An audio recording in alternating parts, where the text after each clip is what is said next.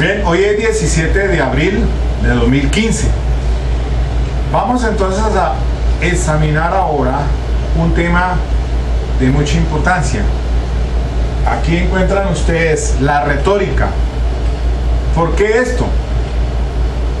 A ver, ante todo, en el derecho penal, en este sistema penal acusatorio, es de trascendental importancia cuando se trata de interponer los recursos, sea la apelación contra los autos o contra las sentencias. Entonces viene el discurso, viene el argumento y la capacidad en especial que debe tener el abogado en este sistema estrictamente que se rige por la oralidad, el que tenga fluidez, el que tenga esa capacidad de inmediatamente reaccionar y presentar los argumentos convincentes ante el funcionario. Quizás sobre esto no encontrarán documentación al respecto porque es algo novedoso, aunque siempre tradicionalmente el sistema procesal anterior era escritural, y eso, por lo menos acá en Colombia, con la entrada de la ley 906 del 2004, cambió completamente nuestro sistema de procedimiento escritural para hacer oral. Y hay problemas que se ha presentado con este tema, porque normalmente el que es buen orador es mal escritor. Se ha dicho que el que es mal escritor es buen orador. Se conocía ese dicho popularmente. Anteriormente, pues siempre los escritos se presentaban y había pues el tiempo y la disposición para acomodar ese escrito y adornarlo, presentándose pues todo lo que se tuviera a disposición quedaba en ese documento por escrito y se presentaba como un recurso, sea de apelación o el de para los autos interlocutorios y las sentencias. Pero ahora la cuestión cambió 180 grados, hubo un giro. Y entonces vamos a mirar esto, porque cuando comenzó la ley 906, el artículo 179 lo leo de la siguiente manera, el cual fue modificado después por la ley 1395 del 2010, y dice así: el trámite del recurso de apelación contra las sentencias. Pero permítame, antes leo el 178, que es el de los autos. El trámite del recurso de apelación contra autos se interpondrá oralmente en la respectiva audiencia y se concederá de inmediato en el efecto previsto en el artículo anterior. Recibida la actuación objeto de recurso, el juez o magistrado que deba resolver citará a las partes intervinientes a audiencia de argumentación oral que se celebrará dentro de los 5 días siguientes. Sustentado el recurso por el apelante y oídas las partes e intervinientes no recurrentes que se hallaren presentes, el juez o magistrado podrá decretar un receso hasta por 2 horas para emitir la decisión correspondiente. Si el recurrente no concurriere, se declaraba desierto el recurso. Artículo 179 de la ley 906, ya antes de ser reformado. Trámite del recurso de apelación contra sentencias. El recurso se interpondrá y concederá en la misma audiencia en la que la parte recurrente solicitará los apartes pertinentes de los registros, en los términos del artículo 9 de este código, correspondiente a las audiencias que en su criterio guarden relación con la impugnación. De igual manera, procederán los no apelantes. Recibido el fallo, la Secretaría de la Sala Penal del Tribunal Superior correspondiente deberá acreditar la entrega de los registros a que se refiere el inciso anterior. Satisfecho este requisito, el magistrado ponente convocará a audiencia de debate oral que se celebrará dentro de los 10 días siguientes. Sustentado el recurso por el apelante y oídas las partes intervinientes no recurrentes que se hallaren presentes, la sala de decisión convocará para audiencia de lectura de fallo dentro de los 10 días siguientes. Actualmente estos dos artículos están en los siguientes términos. Artículo 178, que fuera modificado por el artículo 90 de la ley 1395 de 2010. Dice: se interpondrá, sustentará y correrá traslado a los no impugnantes en la respectiva audiencia. Si el recurso fuere debidamente sustentado, se concederá de inmediato ante el superior en el efecto previsto en el artículo anterior. Recibida la actuación objeto del recurso, el juez lo resolverá en el término de 5 días y citará a las partes e intervinientes a audiencia de lectura de auto dentro de los 5 días siguientes. Si se trata de juez colegiado, el magistrado oponente dispondrá de 5 días para presentar proyecto y de 3 días la sala para su estudio y decisión. La audiencia de lectura de providencia será realizada en 5 días. Y el artículo 179, que quizás es el que voy a hacer más énfasis, fue modificado por el artículo 91 de la ley 1395 del 2010, que dice así: el recurso se interpondrá en la audiencia de lectura de fallo, se sustentará oralmente y correrá traslado a los no recurrentes dentro de la misma o por escrito en los 5 días siguientes. Precluido ese término, se correrá traslado común a los no recurrentes por el término de 5 días. Realizado el reparto en segunda instancia, el juez resolverá la apelación en el término de 15 días y citará a las partes intervinientes para lectura de fallo dentro de los 10 días siguientes. Si la competencia fuera del Tribunal Superior, el magistrado oponente cuenta con 10 días para registrar proyecto y 5 la sala para su estudio y decisión, y el fallo será leído en audiencia en el término de 10 días. Pues bien, al inicio del sistema, los que tuvimos la oportunidad, ya que estuve con la Defensoría Pública en el programa de la ley 906 para el año 2006, se presentaba normalmente en este caso de las apelaciones que se hacían, pues que se sustentaban, se presentaban y se sustentaban en la audiencia. Pero acá, por ejemplo, para las sentencias se tenía que ir a sustentarla ante el tribunal, el magistrado que le correspondía. Y la experiencia que tuve en esa situación pues era particular porque en una ocasión apelé en la misma audiencia de la sentencia condenatoria de una persona que fuera juzgada por un delito de tentativa de homicidio. El juzgado penal del circuito lo halló responsable y dictó sentencia condenatoria de 18 años. Cuando apelé, y en ese momento se citaban los registros para los cuales se enviaban al tribunal, cuando me presenté a ese tribunal, miren ustedes el asunto de la puntualidad.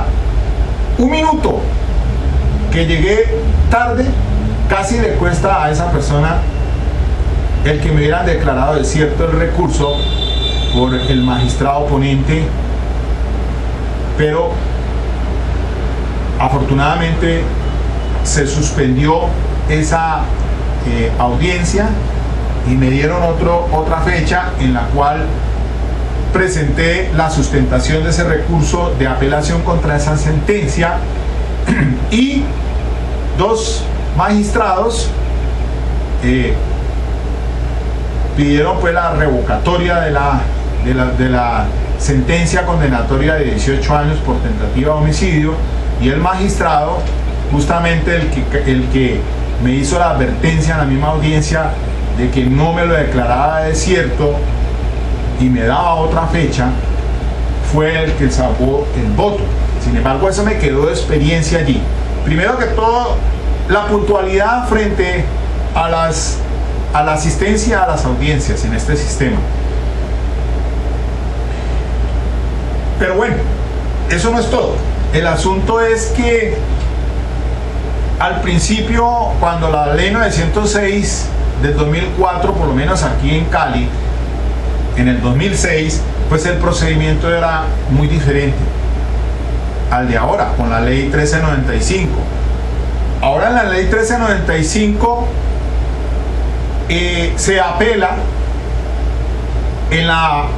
cuando se da la lectura de la sentencia por parte del juez de primera instancia, dígase aquí en este caso un juez penal del circuito, se apela y tiene entonces dos procedimientos: o la sustenta allí mismo o lo hace 5 días después, un término común, pero de manera escritural.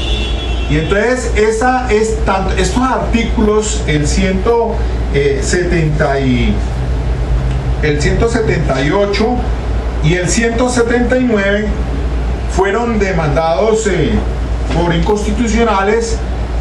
El doctor Edgar Saavedra Rojas y otros fueron los accionantes aquí, y la Corte Constitucional resolvió en la sentencia C-371 del año 2011, siendo magistrado ponente el doctor Luis Ernesto Vargas, declarando exequible estos dos articulados. Y lo que argumentó el accionante de inconstitucionalidad, o en lo que se apoyó, pues básicamente era de que ese término,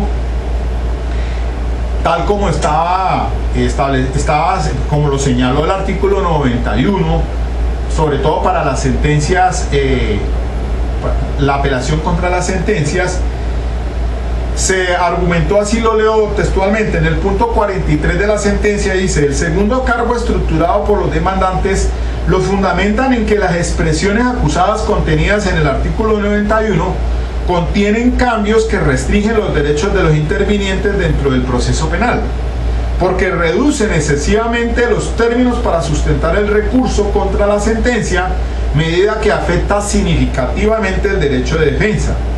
Esta circunstancia impide que quienes intervienen en el proceso cuenten con el tiempo y los medios necesarios para el adecuado ejercicio del derecho de defensa. Sostienen asimismo que el artículo 91 de la ley acusada infringe el debido proceso, artículo 29 supra, los principios de concentración y mediación de los artículos 250 de la Constitución y también de la ley 906, el derecho de acceso a la justicia, artículo 229 superior, como quiera que el recurso de apelación se sustentará en la misma audiencia en que se profiere la decisión impugnada, ante el funcionario que la dictó, y no frente al juez que definirá la segunda instancia, procedimiento que además limita el tiempo y los medios para el ejercicio de la defensa. Estos fueron los argumentos que presentó, entre estos, el doctor Edgar Saavedra Rojas, docente y que fuera mi profesor, magistrado también de la Corte Suprema de Justicia, paisano por cierto, a quien le tengo una deferencia especial. El doctor Edgar Saavedra Rojas pues fue entonces el que presentó esa acción de inconstitucionalidad. Sin embargo, la Corte Constitucional, siendo ponente pues el doctor Vargas, rechaza los argumentos, toda vez de que el procedimiento penal actual frente a este recurso de apelación pues no es tal, sobre todo en la sentencia condenatoria no es tal, porque argumenta la Corte Constitucional de esta década que dice que por lo menos existen artículos en la misma ley 906 que permiten todas las garantías procesales del debido proceso y el derecho a la defensa de quienes somos los defensores, y que así, por ejemplo, el artículo 8 en su literal I de la ley 906 señala de que la defensa podrá pedir una prórroga debidamente justificada y necesario para la celebración de las audiencias a las que deba comparecer. Lo mismo dice el artículo 158 de la ley 906, que esa prórroga de términos debidamente justificada podrá concederse excepcionalmente por el operador jurídico y cuando se trate de lograr una mejor preparación del caso, sin exceder del doble del término. Entonces, la defensa tiene allí dos herramientas, además que el mismo procedimiento penal en estos momentos señala unas fases en las que se va a enunciar el sentido del fallo primero, después se va a individualizar pena y sentencia y finalmente se cita posteriormente para la lectura de la sentencia. Y es que en realidad pues si se revisan los artículos sobre este tópico, pues efectivamente dice, por ejemplo, los artículos que tienen que ver con el anuncio del sentido del fallo, que una vez clausurado el debate oral, dice el artículo 446, que la decisión será individualizada frente a cada uno de los enjuiciados y cargos contenidos en la acusación y deberá referirse a las solicitudes hechas en los alegatos finales. El sentido del fallo se dará a conocer de manera oral y pública inmediatamente después del receso previsto en el artículo anterior. El artículo anterior es el 445, que dice de la clausura del debate, que una vez presentados los alegatos, el juez declarará que el debate ha terminado y de ser necesario podrá decretar un receso hasta por 2 horas para anunciar el sentido del fallo. Entonces, cuando anuncia el sentido del fallo, da a conocer de manera oral y pública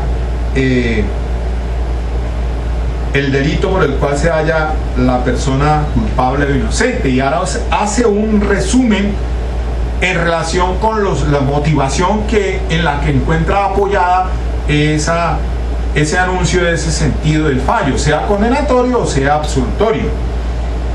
Después dice el artículo 447 que se hace la audiencia de individualización de pena cuando es el caso de ser condenatorio, o si se ha celebrado un acuerdo con la fiscalía, y se le concede entonces en breve a las partes, pues, para que se refieran a las condiciones individuales y sociales y familiares.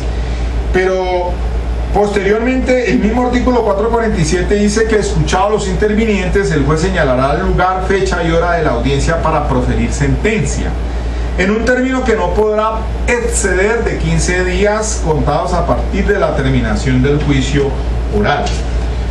De tal suerte que ciertamente la defensa o las partes o los demás, pues obviamente en este caso el fiscal, incluso el representante de víctimas, pues tienen su espacio en el que empiezan a elucubrar, ya a idear todo lo que van a argumentar en esas fases. Primero que todo en el alegato final, en el alegato del cierre. Una vez se clausure el debate probatorio, pues el juez concede un término inmediatamente para que las partes ya aleguen, concluyan de acuerdo a ese debate probatorio. He allí una primera instancia en que entra en juego la argumentación y, digo yo, esta técnica de la retórica, de la que vamos a hablar a renglón seguido, que es el arte de hablar bien, que es el arte de dar argumentos convincentes, el arte de hablar bonito, digámoslo así, pero convincente, el arte en el que esa persona que expresa esas ideas tiene que ser convincente y concreto. Y aquí entonces hago en énfasis en lo siguiente, pero antes terminemos esta idea. Entonces, voy a terminar la idea para que sigamos en secuencia, seamos sistemáticos. Decía entonces que el doctor Saavedra, pues como demandante de inconstitucional, pues argumenta de que efectivamente este artículo pues transgredía, según esto, dos principios, el de mediación y el de contradicción, además del debido proceso, entre otros, y el acceso a la justicia, toda vez que entonces si estamos bajo el principio de oralidad, concretamente decían pues es que la apelación debiera sustentarse ante el funcionario que va a resolver, no el de primera instancia. Pues eso es lo que se concluye allí, pero que la Corte Constitucional matiza y dice no tienen razón, toda vez que efectivamente aquí están unas fases procesales bien determinadas en las que la defensa ya va dando los pasos iniciales hasta llegar finalmente a esa lectura de la sentencia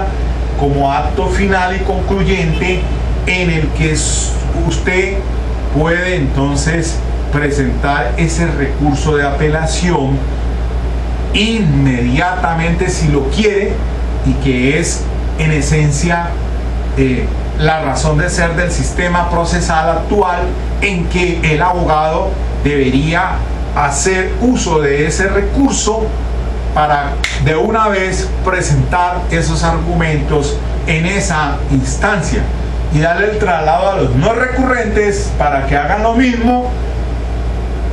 Entiendo yo que si la ley dice por escrito dentro de los 5 días siguientes, abrió la puerta para todavía estar en el sistema anterior, pero seguramente entendiendo que dentro de ese poder de configuración que tiene el legislador, sin conocer a fondo cuáles fueron la posición de los en el Congreso, pero estoy seguro de que a veces tiene que guardar relación con los procesos que son bien complicados, en los que no solamente hay un sindicado, sino 10 sindicados, donde hay un concierto para delinquir y está 3, 4, 5 delitos, donde el expediente es un expediente voluminoso, y ahí en este caso los demandantes hacían alusión a un caso en el que pues efectivamente estaba ante un proceso en el que había que examinar estudios contables y bueno, infinidad de asuntos en que no se pueden darle lugar a una apelación en tan corto y espacio de tiempo. Sin embargo, pues considero que la decisión de la Corte Constitucional está centrada en el sentido de que son varias fases procesales en las que ya se avisora cuál puede ser el sentido del fallo, y que hay tiempo suficiente para que entonces el defensor, en este caso hablo pues a título de defensa, haga su apelación de esa sentencia y lo pueda hacer en esa inmediatez que le da la ley bajo el principio de oralidad. Pero como todos no tenemos la habilidad, me incluyo, en la oratoria, pues la ley permite y abre esa puerta para que se haga dentro de los 5 días siguientes, y entonces volvemos otra vez al sistema escrutural. Y recuerdo un caso que tuve donde se condenaba a una persona a 35 años por homicidio. Hacen la consulta ya finalmente, pues acudo solamente al anuncio del sentido del fallo, porque no estuve en el juicio oral, y entonces al anuncio del sentido del fallo, y posteriormente entonces me dan el espacio de 15 días después para la sentencia. Fue un mes para escuchar todos los registros y hacer un escrito de 60 páginas con señalamiento a pie de página, excúseme, con toda la jurisprudencia. Sin embargo, pues puedo decirlo obviamente que ese escrito con todas esas referencias, digámoslo así, con todo el estudio que le hice a esa apelación de esa sentencia condenatoria, el Tribunal de Cali pues no revocó la sentencia del juzgado de primera instancia condenatoria por ese homicidio de 35 años, la confirmó. Ya después creo que se interpuso recurso de casación, pero ahí no estuve en esa eventualidad. Entonces, ahí entiendo yo la razón de ser de pronto de por qué esos 5 días pueden ser útiles según las circunstancias. Por ejemplo, en mi caso, pues yo no venía en ese juicio oral bajo el principio de inmediación y concentración. No supe, porque no estuve presente en el desarrollo del juicio oral, y entonces me tocó acudir a los registros. Esa es otra pieza importante en la que se apoya la Corte Constitucional y dice que pues en este sistema oral, de acuerdo pues con el artículo 145, señala pues que es un procedimiento oral, y que el 146 dice que tienen todos los medios de audio para que quede el registro, y entonces en él, cuando el superior o el juez, no el acuo, sino el acuen, va a resolver, lo hará pues obviamente con base en lo que se consignó en ese registro, y allí entonces escuchará la apelación que se sustentó en primera instancia, y que ahora en este sistema pues ya no se va a hacer ante él como en otrora y al principio se hacía, que permitía sí de pronto llegar a sustentar esa apelación ante el superior con revisión de todo lo que se hacía antes. Sin embargo, a mí me parece que el sistema como está diseñado actualmente está bien. Lo considero de que no se atenta ni contra el debido proceso, que le doy la razón a la Corte Constitucional, en este caso el ponente, el doctor Luis Ernesto Vargas, que ciertamente pues alude no solamente en su fallo, sino a otros de la Corte Suprema de Justicia, en tal sentido de que las fases procesales actuales permiten ya avisorar desde el mismo anuncio del sentido del fallo, porque no se dicta la sentencia ahí mismo, sino que eso cumple con un procedimiento que le permite a usted ya ir preparado para el día que le señalen la lectura de la sentencia. Bien, pero entonces quería hacer énfasis en lo siguiente. Miren, en este sistema es esencial el asunto de la retórica, porque el arte de hablar bien es la habilidad, dice la retórica, es el arte del bien decir, o también la habilidad técnica para expresarse de la forma adecuada, ya que cuenta con un sistema de recursos que sirve para la construcción discursiva y el enriquecimiento del mensaje. Es cierto que si uno no tiene un bagaje suficiente de cultura en diferentes disciplinas, ahora en la jurisprudencia tanto de la Corte Constitucional como de la misma Corte Suprema de Justicia, seguramente se va a ver en problemas. Ahora, técnicamente existe un procedimiento de discurso argumentativo convincente para que le llegue a esa persona que está escuchando la llave. Ante todo, la brevedad de tiempo con la que se cuentan en estos juicios es muy importante manejarla. Me ha tocado en audiencias donde me dicen a mí, el funcionario tiene 5 minutos para que interponga ese recurso, por lo menos en las audiencias preliminares. Una apelación, dígase usted, contra una medida de aseguramiento, una apelación contra la captura de la legalización de captura en flagrancia. La imputación no, porque contra esa no cabe la interposición de recursos.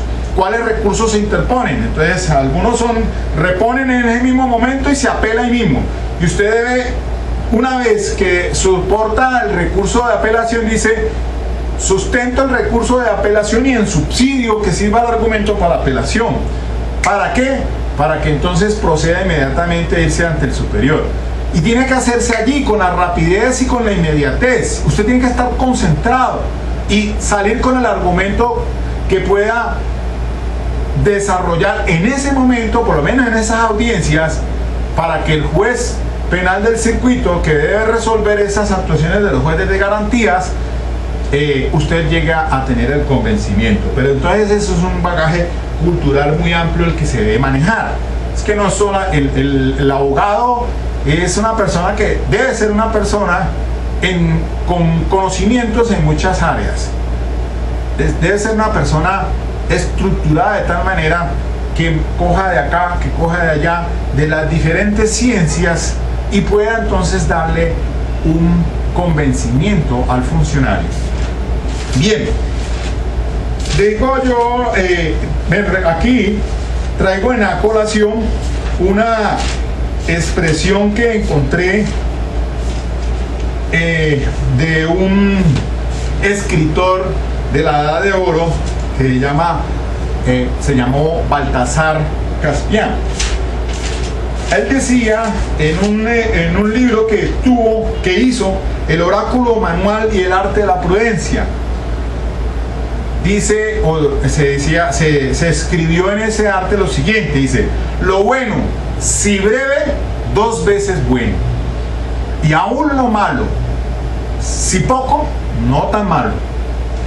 Pensando a uno esa expresión. Bueno, eso es parte de la retórica y ahora vamos a ver por qué. Primero que todo, pues definamos entonces qué es el asunto de la retórica. Mira, aquí uno tiene que evocar a Sócrates, ese gran pensador, maestro en el arte de la dialéctica,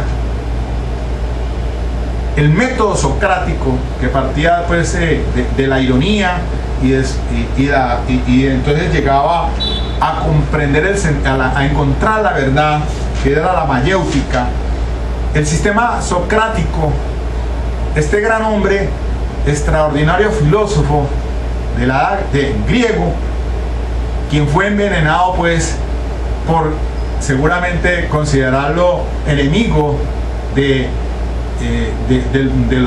las ideologías en la juventud.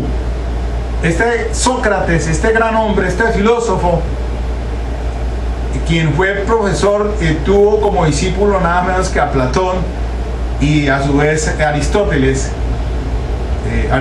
de Platón, encontrando que nunca escribió un libro, pero sí encontramos a Platón en los diálogos de Platón, cómo se expresaba de Sócrates. Sócrates en el oráculo tenía esa capacidad el sistema socrático era no como existe hoy en día, que el alumno le pregunta al profesor. No, el profesor era el que preguntaba, era el que interrogaba, y entonces primero que todo lo hacía caer en cuenta de su ignorancia, que era el método socrático, la ironía. Y entonces cuando usted ya era convencido de que era ignorante, pasaba entonces a encontrar el conocimiento y encontrar pues la verdad, sistema inductivo. Entonces el método socrático hoy en día pues lo podemos encontrar con las bases de las enseñanzas, de lo que inculcó, que sus creencias, la lógica, el método socrático para indicar que entonces hoy por hoy se necesita tener esa buena capacidad de ser orador. Y entonces hago énfasis en este asunto de la retórica, y allí usted encuentra unas fases. Primero, el exordium, que es llamar la atención. Segundo, la narración, que es la tesis o la exposición. Tercero, la argumentatio, que son las razones que la sustentan. Y finalmente la peroratio, que es el resumen. Aquí entonces volviendo al tema pues de la retórica, que es tan importante, primero que definamos nosotros pues unos aspectos en relación con este tema de esta técnica o esta disciplina. Es la disciplina que estudia y sistematiza el lenguaje utilizado en los diferentes campos del conocimiento, como las ciencias naturales, la narratología, las ciencias políticas y las ciencias de la educación, permitiendo que la comunicación con cada ámbito consiga los objetivos que se plantea, tanto comunicativos como estéticos. Esta disciplina permite que en cada ámbito del lenguaje utilizado, sea oral o sea escrito, permita la sencilla asociación de conceptos y a la vez que cumpla con 3 requisitos fundamentales de la comunicación: deleitar, conmover y persuadir. La retórica entonces no estudia únicamente la efectividad de la comunicación, sino también los aspectos estéticos de ella. Las fases del discurso, volvemos acá. Entonces, ¿cuáles son las fases del discurso? La inventio, es decir, el orador analiza los contenidos de un repertorio, y la dispositio, que es la forma en que se organizaban esos contenidos. Y entonces la forma en que se estructura el argumento, pues lo encuentra usted aquí en este orden. Y ahora, hay aspectos que son dentro de la retórica que tenemos que tener en cuenta. Por ejemplo, la alegoría, del griego alegorein, hablar figuradamente, es una figura literaria o tema artístico que pretende representar una idea valiéndose de formas humanas, animales o de objetos cotidianos. Así, una mujer ciega, por ejemplo, una mujer ciega con una balanza es alegoría de la justicia. Y un esqueleto provisto de una guadaña es alegoría de la muerte. La aliteración es una figura retórica que consiste en la repetición de sonidos presentes en palabras contiguas o próximas. La aliteración tiene la virtud de captar la atención y provocar un efecto de musicalidad y sonoridad. Es también una poderosa herramienta para recordar palabras y frases, por lo que es muy usada en oratoria y publicidad. También se emplea con frecuencia en trabalenguas. Así, por ejemplo, 3 tristes tigres comían trigo en un trigal. El tipo de aliteración que omite sonidos naturales se denomina onomatopeya. Entonces, hay otro ejemplo: caminante no hay camino, se hace camino al andar. Mi mamá me mima. Eso está dentro de la retórica, considerado como la aliteración. La anáfora es una figura retórica que consiste en la repetición de una o varias palabras al principio de un verso o enunciado. Por ejemplo, temprano levantó la muerte el vuelo. Temprano madrugó la madrugada. La antítesis o el contraste es una figura retórica que consiste en oponer ideas empleando palabras antónimas o frases de significado contrario, cercanas en proximidad y de estructura gramatical similar. Etimológicamente proviene del griego anti, que es contra, y tesis, que es afirmación o acción.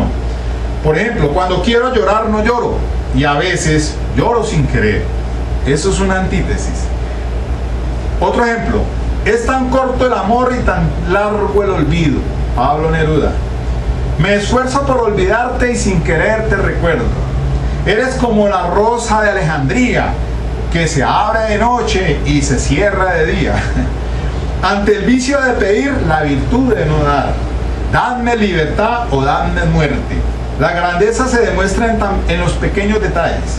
Los hombres son de Marte y las mujeres de Venus. Los niños van por el sol y las niñas por la luna. La elipsis, lo que les dije ahora: lo bueno, si breve, 2 veces bueno. Se omite el verbo ser, porque debería decir: lo bueno, si es breve, es 2 veces bueno. Ese es el elipsis. Entonces es una construcción, es una figura retórica que consiste en omitir voluntariamente elementos de la oración que se sobreentienden por el contexto. En abril, aguas 1000. En lugar de decir en abril caen aguas mil. ¿Qué tal? ¿O qué tal te encuentras? Etimológicamente proviene del griego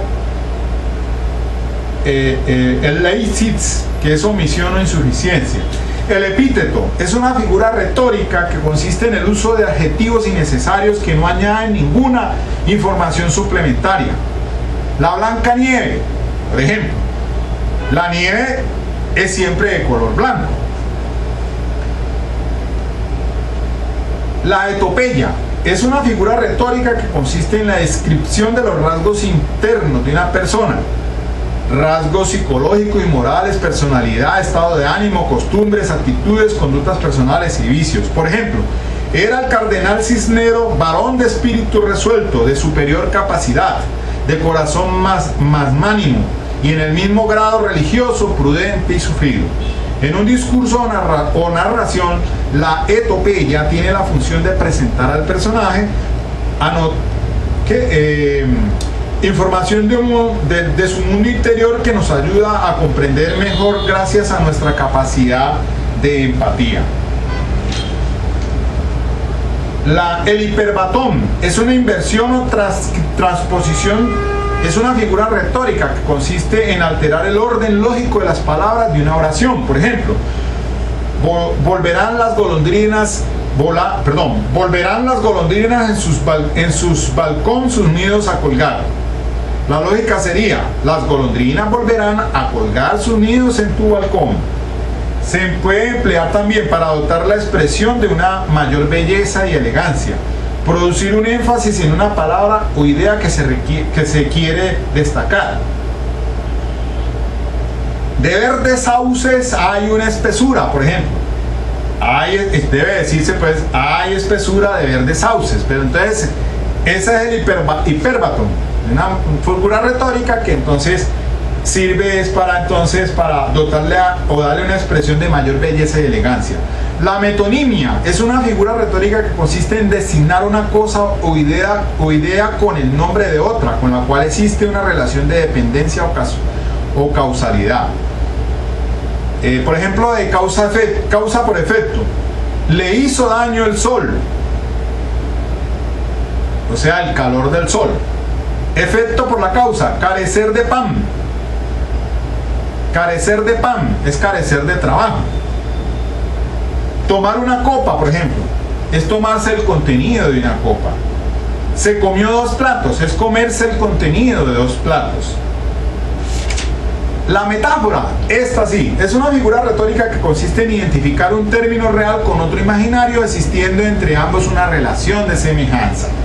Tus cabellos de oro. El término real cabellos se asemeja al imaginario, o sea, oro, por su color dorado.